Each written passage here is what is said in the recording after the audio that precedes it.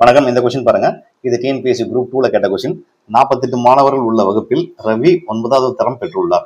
ராமுவிற்கு கீழே 18 மாணவர்கள் தரம் பெற்றுள்ளனர்.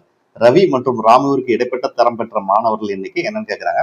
இது ரொம்ப சிம்பிள் தாங்க. ஒரு கிளாஸ் ரூம்ல 48 ஸ்டூடெண்ட் இருக்காங்க. அதுல ரவி 9th ரேங்க்ல இருக்காரு.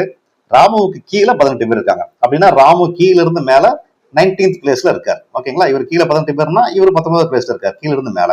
ரவி மேல இருந்து கீழே 9th பிளேஸ்ல இருக்காரு. இவங்க 2 பேருக்கு இடைப்பட்ட மாணவர்களுடைய எண்ணிக்கை தான் கேட்கறாங்க. அப்ப இது ரொம்ப சிம்பிள் தான். எப்படி பாருங்க, டோட்டல் நம்பர் ஆஃப் ஸ்டூடெண்ட் 48 பேர்.